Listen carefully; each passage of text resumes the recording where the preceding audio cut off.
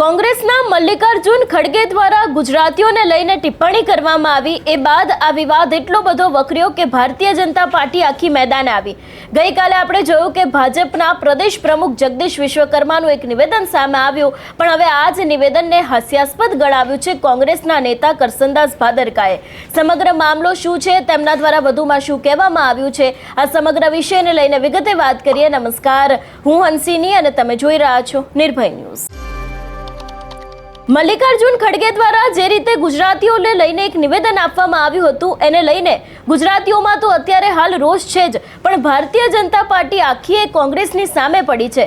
જગદીશ વિશ્વકર્મા દ્વારા જે રીતે કોંગ્રેસ ઉપર પ્રહાર કરવામાં આવ્યા અને જે રીતનું તેમનું નિવેદન સામે આવ્યું હતું, એને લઈને ગોપાલ ઇટાલિયા દ્વારા પણ ક્યાંક આ નિવેદનને હાસ્યાસ્પદ ગણાવવામાં આવ્યું હતું અને હવે જઈને કોંગ્રેસના કરસનદાસ ભાદરકા પણ મેદાને આવ્યા છે।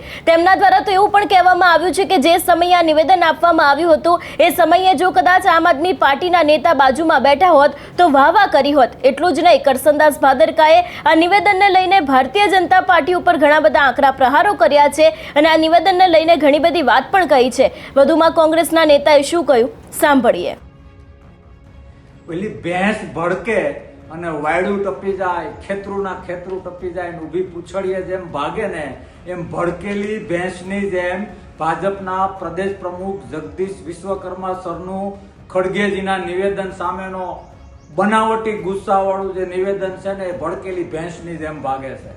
મારે તો એ સલાહ દેવી છે કે આમાં તમારે તમારા સપોર્ટર આમ આદમી પાર્ટીના 2-4 લોકોને બાજુમાં ઉભા રાખ્યા હોત અને તમે જે બોલો છો ને આવું બોલતી વખતે તમારે આમ આદમી પાર્ટી વાળાને બાજુમાં રાખ્યા હોત ને તમારા સપોર્ટરોને તો વાહ વાહ વાહ વાહ વાહ વાહ કર્યા કરત।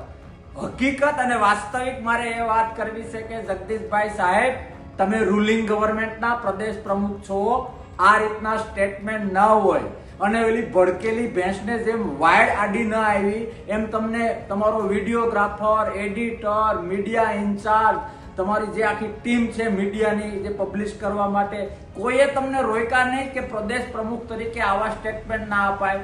ખેર, ભલે તમે સ્ટેટમેન્ટ આપ્યું કે કોંગ્રેસ, અરે મારા બાપ, આ તમારા નિવેદનમાં જ ખડગે સાહેબના જે વાત છે એનો જવાબ છે। ખડગે સાહેબ સ્પષ્ટ કહેવા માંગે છે ગુજરાતીઓને કે તમે શાણા છો, ગાંધીજી અને સરદાર એ ગુજરાતમાંથી આવેલા છે।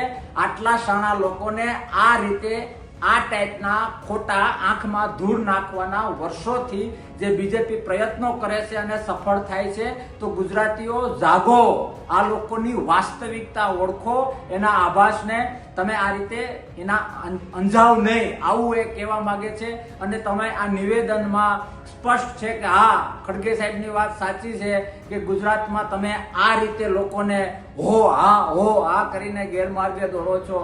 જગદીશ સર, રિક્વેસ્ટ કરું છું કે આવું ના હોય, કોંગ્રેસીઓને ગુજરાતીઓની ઈર્ષા, આવું ના હોય સાહેબ।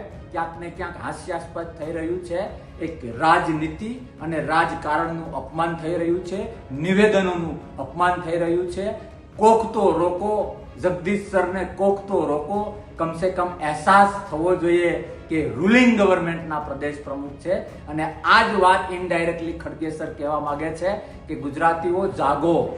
ભાજપે 30 વર્ષથી જે તમારી આંખમાં ધૂળ નાખવાનો પ્રયત્ન કર્યો છે, તો કેળવણીકાર બનીને ભાજપની વાસ્તવિકતા જાણો અને એની બાજુમાં જે મંજીરા ઓગાળે છે એ આમ આદમી પાર્ટીની અને ભાજપની વાસ્તવિકતા જાણશો તો તમને ખબર પડી જશે કે માવતર પાર્ટી કોંગ્રેસનું કેટલું મહત્વ છે। જગદીશ સર, ભવિષ્યમાં પણ આવું હાસ્યાસ્પદ ગુજરાતને પીરસતા રહો, એના માટે શુભેચ્છા। જય હિન્દ, ભારત માતા કી જય। જે રીતે અહીંયા કરસનદાસ ભાદરકા દ્વારા સીધા જ આક્ષેપો મૂકવામાં આવ્યા છે અને કહેવામાં આવ્યું છે કે ભવિષ્યમાં પણ આવા હાસ્યાસ્પદ અને નાટકીય નિવેદનો માટે જગદીશ વિશ્વકર્મા સાહેબને શુભકામનાઓ। ભાજપ ખડગેજીના નિવેદનના અર્થનો અનર્થ કરવા ગયું અને તેમની વાસ્તવિકતા બહાર આવી ગઈ છે, એવી પણ વાત તેમના દ્વારા કરવામાં આવી છે। એટલે એક તરફ અત્યારે હાલ જ્યારે રાજકારણ ગરમાઈ રહ્યું છે, જે ખડગેનું નિવેદન સામે આવ્યું હતું, ગુજરાતીઓને લઈને અભણ કહેવામાં આવ્યું હતું, એ જ સમગ્ર મામલે જ્યારે લોકોની અંદર રોષ છે, ભાજપના નેતા નેતાઓ આમને સામને આવી ગયા છે. એવામાં અત્યારે હાલ ક્યાંક જગદીશ વિશ્વકર્માનું જે નિવેદન સામે આવ્યું હતું એને જ લઈને લોકોની અંદર ચર્ચાઓ જામી છે. અને જે રીતનું આ નિવેદન આપવામાં આવ્યું છે એ જ નિવેદનને લઈને વિપક્ષનું એવું કહેવું છે કે આ નિવેદન તો હાસ્યાસ્પદ છે, લોકો માટે બોલવામાં આવ્યું છે કે પછી આની મજાક ઉડાવવામાં આવી છે, એવી પણ વાત લોકો દ્વારા અને વિપક્ષ દ્વારા કરવામાં આવી રહી છે. આ સમગ્ર મામલે તમારો શું અભિપ્રાય છે અમને કમેન્ટ કરીને ચોક્કસથી જણાવજો. તેની સાથે અમારી ચેનલ નિર્ભય ન્યૂઝને લાઇક, શેર અને સબસ્ક્રાઇબ કરવાનું ભૂલશો નહીં. નમસ્કાર.